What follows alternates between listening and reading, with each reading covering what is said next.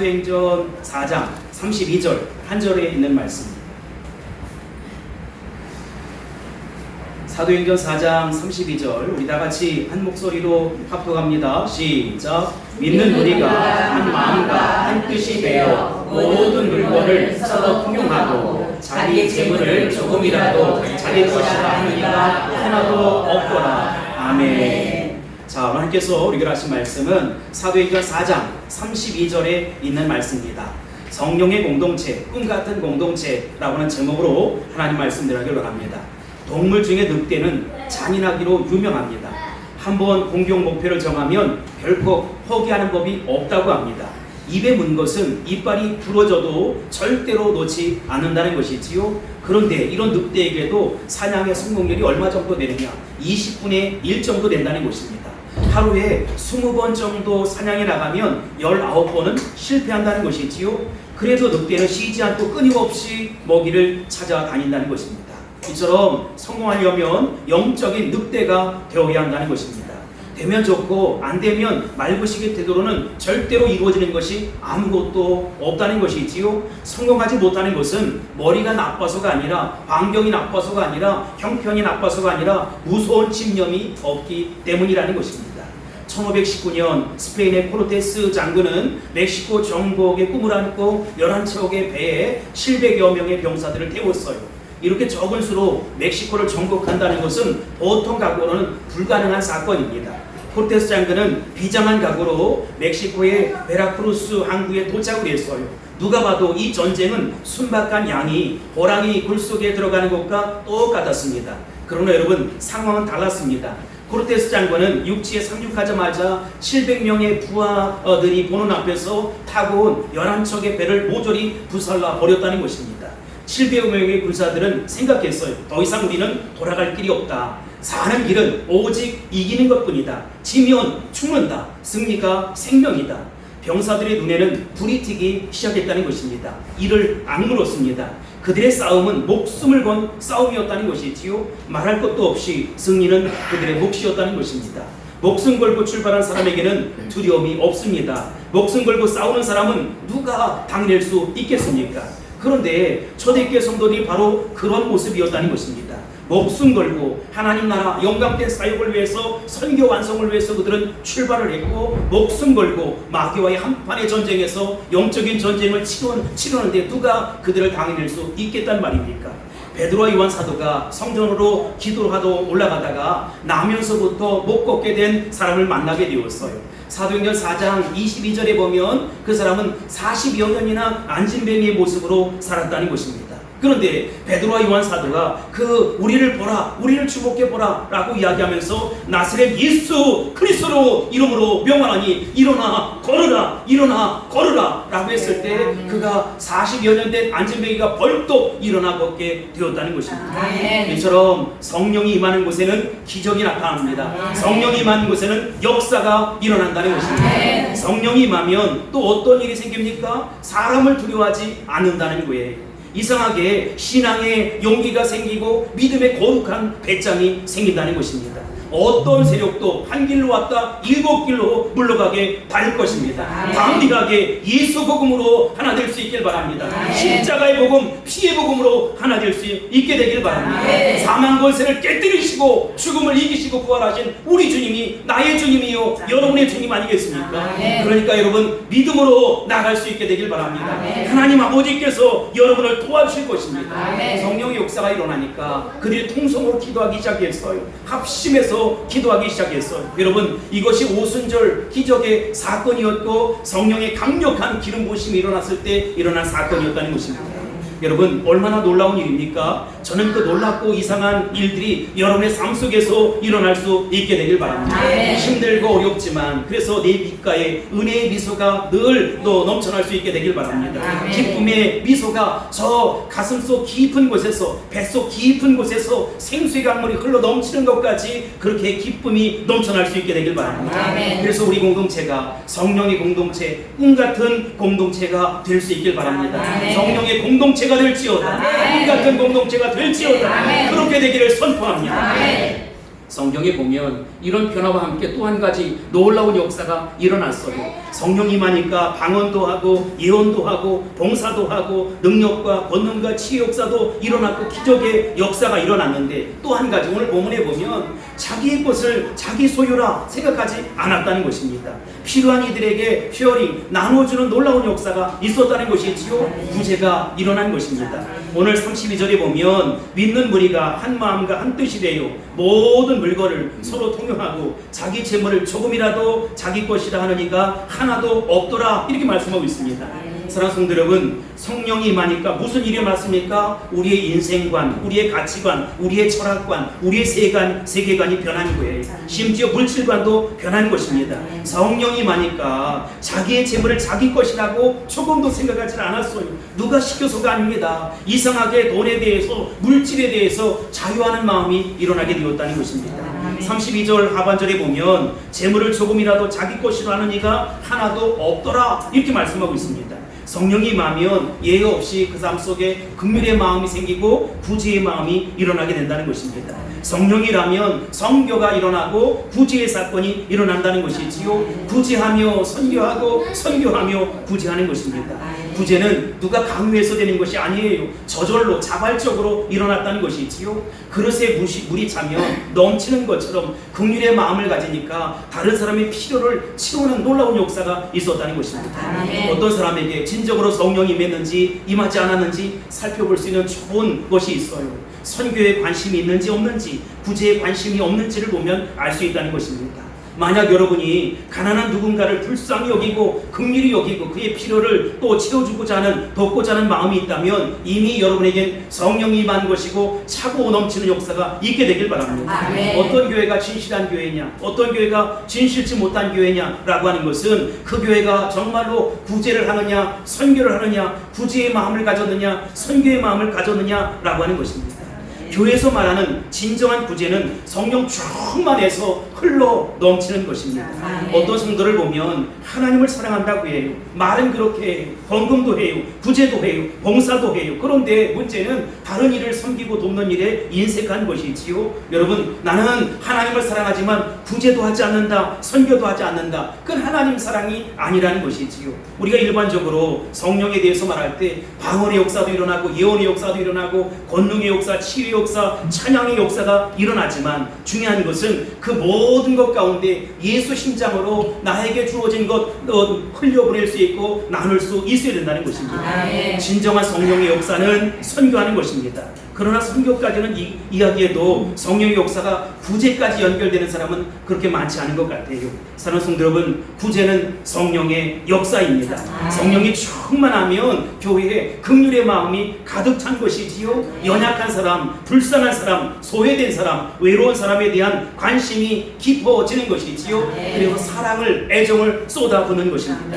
그들에게 조건 없는 연합과 섬김이 일어나는 것입니다. 이것이 진정한 교회요, 꿈같은 교회요, 성령의 공동체라는 것입니다. 나는 우리 물레동산 교회가 그렇게 성령의 공동체, 꿈같은 공동체로 아름답게 세워질 수 있게 되길 바랍니다. 아멘. 첫 번째, 초대교회 4가지만 하겠는데 개인이 아니라 믿는 분이 모두가 다 공동체적으로 구제의 마음을 갖게 되었다는 것입니다. 여러분, 개개인이 물질에 대한 관심을 가져요. 그러나 공동체가 가져서 다른 사람을 돕는다, 이게 어려운 일이지요. 개인의 차원의 문제가 아니라는 것입니다.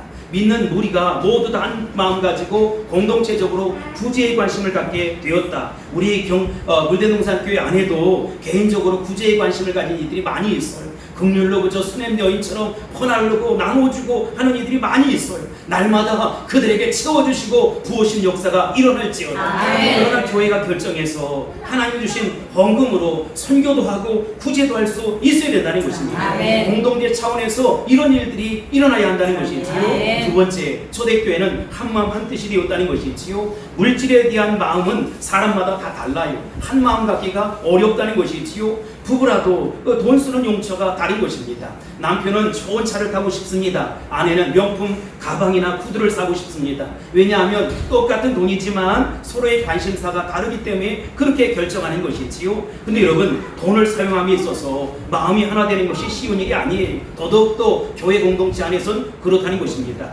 우리 믿는 우리에게 성령이 맺을 때 부재와 교회 여러 가지 문제에 대해서 한 마음 한 뜻이 될 수 있어야 된다는 것입니다. 여러분, 우리 물된동산교회 공동체가 한 마음 한 뜻이 될 수 있길 바랍니다. 부부 사이에도 하나가 될 수 있길 바랍니다. 성도와 성도 사이에도 하나가 될 수 있길 바랍니다. 목회자와 성도 사이에도 한 마음이 될 수 있게 되길 바랍니다. 오순절 특집 가운데 하나가 뭐냐? 모든 성도들이 한 마음 한 뜻이 되었다. 나는 하나님 영광을 위해서 살아가는 것입니다. 하나님 영광을 위해서 참는 것입니다. 하나님 영광을 위해서 섬기는 것입니다. 하나님 영광을 위해서 흘려보내는 것입니다. 세 번째로, 초대교회는 모든 물건을 서로 통용했다는 것이지요. 물건을 서로 통용했다는 것은 서로의 필요를 발견했다는 거예요. 특별히 다른 사람의 필요에 눈이 띄어진 것이지요. 다른 말로 이야기하면 자기 물건이 아깝지 않는 마음이 생겼다는 것입니다. 아깝지 않았기 때문에 필요에 따라서 다른 사람의 필요를 나눠줄 수 있는 것이지요. 누구든지 자기 물건이 아깝고 자기 것이 소중한 법이에요. 그런데 성령이 임하면 가치관이 달라집니다. 물질관이 달라집니다. 타인의 필요를 느끼는 마음이 달라진다는 것이지요. 이게 바로 성령의 역사라는 것입니다. 성령의 초보 단계에는 기적이 일어나고 반언도 하고 이혼도 하지만 성령의 더 깊은 단계로 들어가면 자기 삶을 헌신하게 된다는 것입니다. 다른 사람의 필요를 채워주는 것이지요. 물질에 대해서도 자유함이 있는 것입니다. 내 주머니에 아무것도 없지만 채워주실 주님을 기억하는 것입니다. 내 삶 속에 아무 일도 일어나지 않았지만 앞으로 일으켜 주실 그 은혜의 주님, 기적의 하나님을 노래하는 것입니다. 엘샤다이 하나님, 능력의 하나님께서 내 삶 속에 오셔서 역사하실 것이다 확신하는 것입니다. 그분은 창조주 엘로힘의 하나님 아니겠습니까? 무에서 유를 창조하신 하나님은 내 삶 속에 엄청난 것들을 치우실 것입니다. 이루어올 것입니다. 성취될지어다, 일어날지어다. 성령 받은 사람들은 자기가 얘기를 많이 하는 것보다는 저 다른 사람의 얘기를 들려주려고 하는 것이지요. 우리 가운데 겉으로는 좋은 옷을 다 입고 나왔어요. 멀쩡하게 앉아서 웃고 있어요. 그러나 여러분, 속으로는 눈물을 흘리는 사람이 있을 수 있다는 것입니다. 그것을 보고 이해하는 것, 그리고 가서 위로해주는 것, 그의 손을 잡아주는 것, 그의 마음을 보듬어주는 것, 이게 성령의 사람들이 해야 할 일이라는 것입니다. 초대교회 성도들에게는 이런 마음이 있었어요. 마치 계곡에 물이 흘러넘쳐 일정한 시간이 지나면 모든 계곡이 수평을 이루는 것처럼 초대교회 공동체 안에는 잘 사는 이도 있고 못 사는 이도 있고 건강한 사람도 있고 건강치 못한 사람도 있고 신분이 높고 지위가 높은 사람이 있고 낮은 사람이 있었어요. 그러나 예수 안에서 우리는 한 가족이라는 것입니다. 모자란 이는 가서 품어주고 안아주는 것입니다. 내 것을 나눠주는 것입니다. 그래서 직업이 없는 사람도 소외감을 느끼지 않는 것, 그것이 교회가 될 수 있어야 된다는 것입니다. 어떤 사람은 교회에 와서 굉장히 부담을 느끼는 것이지요. 어쩌지 나는 이 교회에 있을 사람 같지가 않다는 거예요. 왜냐하면 사람들이 너무 완벽해 보이고 좋아 보인다는 것이지요. 그들 앞에 서니까 나는 너무나 초라하다는 느낌을 갖는 것입니다. 만약 그런 사람이 우리 가운데 있다면 우리 교회는 아직 성령 충만하지 못한 교회라는 것입니다. 가난하고 병들고 소외되고 그늘지고 부미진 곳에 있는 그런 이들이 교회에 와서 우리는 하나, 하나님의 언약 백성, 우리는 한 공동체, 이런 마음을 가질 수 있어야 된다는 것입니다. 세상에서는 좋은 직책, 좋은 직업에 종사하지만 그것을 이제 예수 사랑으로 나눌 수 있고 품어줄 수 있고 섬길 수 있어야 된다는 것입니다. 나는 하나님의 한 백성이다. 그래서 더더욱 낮아지고 겸손해져서 우리는 예수 안에 한 공동체, 예수 안에 한 가족이라고 고백할 수 있고 그렇게 살아갈 수 있어야 된다는 것입니다. 네 번째, 초대교회는 내 물건을 내 것이라 한 이가 없었다는 것이지요. 물건을 서로 유무상통했어요. 그리고 내 물건을 조금이라도 내 것이라고 주장하는 이가 없었다는 것입니다. 바로 본문에서 발견하는 초대교회는 서로 통용하고 자기 재물을 조금이라도 자기 것이라 하는 이가 하나도 없다. 여러분, 이 꿈 같은 공동체가 우리 교회가 될 수 있어야 된다는 것입니다. 분명히 내 것이에요. 내 소유예요. 그러나 성령 받고 나니까 나의 모든 소유는 하나님의 것이고 하나님의 잠시 나에게 맡겨주신 것이니까 필요한 사람에게 나누어주고 필요한 사람에게 도울 수 있어야 된다는 것입니다. 그것은 누가 강요해서 되는 일이 아니에요. 누가 시켜서 하는 것이 아니에요. 스스로 자발적으로 하는 것입니다. 저는 이런 역사가 우리 교회 안에 날마다 일어날 수 있게 되길 바랍니다. 폴 투비니에라고 하는 사람이 이런 말을 했어요. 우리가 받는 데서 약간의 기쁨을 느낀다. 그러나 주는 것은 우리에게 얼마나 지고의 희열을 주는가. 왜냐하면 그것은 사랑이기 때문이다 라고 했습니다. 어찌 물질뿐만이겠습니까? 여러분, 우리가 청지기 정신을 가지고 모든 소유를 할 수만 있다면 나누어주고 꾸어주고 섬겨주고 그렇게 품을 수 있게 되길 바랍니다. 왜요? 하나님의 영광을 위해서 나는 그렇게 살아가는 것입니다. 하나님이 또 다른 모습으로 채워줄 것을 확신하고 믿고 그렇게 살아가는 것입니다. 생각해 보세요. 초대교회 안에 정말로 거짓대와 관계한 그런 삶을 살았어요. 모두가 다 극빈자의 모습으로 살았어요. 그러나 그들이 나눠주고 퍼주고 세워주는 일들이 있었다는 것입니다. 왜 그랬을까요? 성령이 많으니까 물질의 자유함을 느끼게 되었다는 것입니다. 마지막으로 한 가지 이야기만 하고 마치겠습니다. 아도리람 저드슨이라고 하는 선교사님이 계세요. 그는 미국의 매사추세츠주의 한 교회 목사의 아들로 태어났어요. 16살 때 조지 브라운 대학교에 입학해서 4년 과정을 3년 만에 수석으로 졸업한 수재였습니다. 아이비 리그에서 그처럼 탁월한 성적을 낼 정도로 그는 대단히 우수한 학생이었다. 하지만 대학에 가니까 자기보다 더 똑똑한 친구를 만나게 되었어요. 제이콥 제임스라고 하는 친구였는데 그 친구를 만나면서 완전히 기독교를 맹렬하게 반박하고 비난하는 철저한 무신론자가 되고 말았어요. 아두리람은 기독교의 가르침을 저버린 채 방황하는 세월을 보내야만 했습니다. 졸업을 하고 난 이후에는 유랑극단에 들어가서 아주 방랑자처럼 방탕한 삶을 살았습니다. 그러던 어느 날 저드슨은 마음의 괴로움과 허무함을 느끼지 못하고 여행을 떠나게 되었어요. 여행 도중에 어느 한 시골 여인숙에서 하룻밤을 묵게 되었는데 그날 밤은 정말로 악몽 같은 밤이었다는 것입니다. 왜냐하면 바로 옆방에 이 한 사람이 밤새도록 죽어가는 신음소리를 내는 거예요. 죽어가는 거예요. 그 신음소리는 더욱 커지더니 마침내 절망 섞인 극심한 비명소리로 바뀌게 되었습니다. 그 소리에 저드슨은 밤새 한 잠도 잘 수가 없었던 것이지요. 그 죽어가는 남자의 끔찍한 신음과 비명소리를 들으면서 그는 문득 이런 생각을 하게 되었습니다. 내 자신도 죽음의 막다른 골목에 빠진다면 두렵고 무섭고 의지할 곳이 없고 저렇게 저 사람처럼 비명소리를 지를 수밖에 없구나. 만일 성경이 옳다면 저 죽어가는 남자가 천국 갈 것인가 지옥 갈 것인가, 과연 도대체 저는 저렇게 신음하다가 저 비명소리를 지르다가 어디로 갈 것인가, 결국은 천국 아니면 지옥일 터인데 나는 저 죽음의 저편 너머로 갈 준비가 되어 있는가. 저드슨은 자신도 모르게 죽음 이후에 무언가 있을 것이라는 생각을 하게 되었어요. 그리고 자신을 발견하게 된 것이지요. 만일 이렇게 유치한 생각을 하다가 살아가면 어떻게 되지? 만약에 이런 생각을 내 친구 제이콥이 안다면 어떻게 될까? 이런 생각을 하게 되었어요. 다음날 아침 저드슨은 밤새 한 잠도 자지 못했지만 숙박비를 지불하는 틈을 따서 여관 주인에게 물었어요. 도대체 그 사람은 어떻게 되었습니까? 밤새 신음하고 비명소리를 지른 사람 어떻게 됐습니까? 물으니까 그 사람 어제 죽었어요. 프로비던스 대학교에 다니던 젊은이였어요. 이름이 제이콥 에임스예요. 그 말을 듣는 순간 이 저드슨은 일생일대 큰 충격을 받게 되었다는 것입니다. 제이콥 에임스의 논리에 치명적인 잘못이 있었다. 그는 똑똑하고 잘난 척을 했지만 죽음 너머의 것을 준비하지 못했기 때문에 비명소리를 지르고 신음소리를 내면서 고통스러워했다는 것입니다. 안 되겠다. 나도 이렇게 살아서는 안 되겠다. 그는 깨닫고 결국 자기 인생의 방향, 삶의 방향을 수정하기로 마음을 먹었습니다. 저드슨은 바로 여행을 중단하고 집으로 돌아와서 앤도버 신학교에 입학을 합니다. 그리고 머지않아서 마침내 그는 예수 그리스도를 구주로 영접하고 하나님의 자녀가 되었다는 것이지요. 아멘. 그리고 전에는 모르는 기쁨이 넘치고 감격이 넘치고 행복함이 묻어나는 삶을 살게 되었고 남은 생에 주의 영광 위에 살 수 있게 되었다는 것입니다. 아멘. 그 이후에 저드슨은 미얀마의 선교사로 가서 번신을 했어요. 그의 평생 사역을 통해서 7천여 명의 사람들이 예수님을 영접하게 되었고 그가 섬기던 지역은 지금은 150만 명이 넘는 크리스찬들이 섬기는 지역으로 변화되었다는 것입니다. 아멘. 아들이랑 젖을 한 사람의 변화가 엄청나게 많은 영혼들을 옳은 대로 바른 대로 인도하게 되었다는 것입니다. 이제는 여러분 차례입니다. 여러분들이 그 일을 일어서서 할 수 있어야 된다는 것입니다. 사랑하는 성도 여러분, 죽음 앞에서 큰 소리 칠 수 있는 사람은 이 세상에 아무도 없다는 것입니다.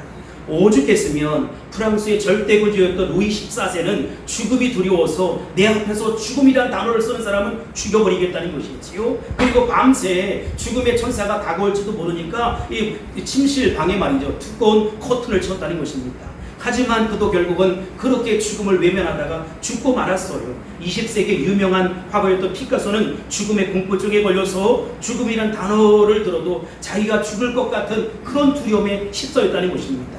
공자의 제자 자로는 공자에게, 선생님, 우리가 죽으면 어떻게 됩니까? 우리가 죽으면 어떻게 됩니까? 질문을 했어요. 그랬더니 공자가 이렇게 대답합니다. 내가 이 세상의 일도 다 모르는데 하물며 어떻게 죽은 다음의 일을 알겠는가? 여러분, 공자가 그렇게 4대 성인이라고 하지만 내가 이 세상의 일도 다 모르겠는데 하물며 어떻게 죽은 다음의 일을 알 수 있겠느냐는 것입니다. 그러나 이 일자무식 촌동네 어부 출신이었던 베드로는 죽음 이유에 대해서 다음과 같이 말하고 있습니다. 베드로후서 1장 10절로 11절에 보면, 그러므로 형제들아 더욱 심써 너희 부르심과 택하심을 굳게 하라. 너희가 이것을 행한즉 언제든지 실족하지 아니하리라. 이같이 하면 우리 주 곧 구주 예수 그리스도의 영원한 나라에 들어감을 넉넉히 너희에게 주시리라. 이렇게 말씀하고 있습니다. 여러분, 시골 촌동네 어부를 치셨던 베드로는 알고 있었어요. 예수 그리스도를 구주로 믿고 하나님의 자녀가 돼야 저 천국을 소망하며 살 수 있다는 것입니다.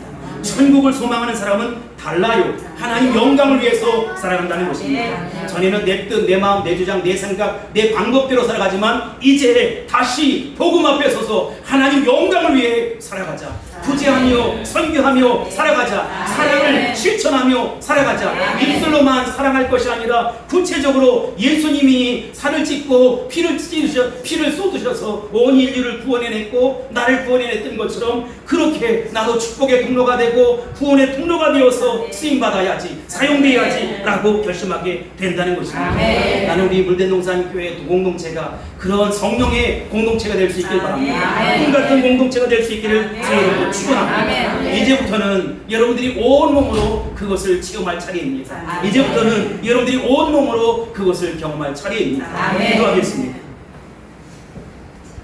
사랑하는 성도 여러분, 그리고 이 자리에 처음 오신 여러분, 우리 마음 가운데 아직도 예수 그리스도를 구주로 영접한 그 사실이 없다면 저를 따라서 고백해 주시기 바랍니다. 예수님, 내 마음에 들어오세요. 나는 죄인입니다. 나도 예수 믿고 천국 가기를 소원합니다. 예수님의 이름으로 기도합니다. 아멘. 여러분, 내 마음속에 예수님이 계시지요? 이제는 여러분들이 지옥은 못 갈 팔자입니다. 천국을 소망하며 살게 될 것입니다. 다시 한번 헌신하고 결단합니다. 주님의 몸된 교회가 완전한 공동체가 되지 못해요. 성령의 공동체가 되지 못해요. 꿈같은 공동체가 아니라 정말 실망스러워서 견딜 수 없는 공동체로 그렇게 변질되었고 그 나쁘게 악화되었어요. 그렇다고 여러분, 내가 주저앉아서는 안 된다는 것입니다. 다시 복음 앞에 서서, 다시 말씀 앞에 서서 하나님 영광을 위해서 살아가야지. 그 아들이랑 저드슨처럼 정말 내가 선교사로 살 수는 없지만 선교사의 마음을 품고 구제하며 선교하며 하나님 영광을 위해서 살아가야지. 하나님, 나를 도와주세요. 나를 일으켜 세워주세요. 내 심령을 일으켜 세워주옵소서. 그런 이들이 있다면 우리 두 손 들어서 아멘. 우리가 그렇게 살아갑시다.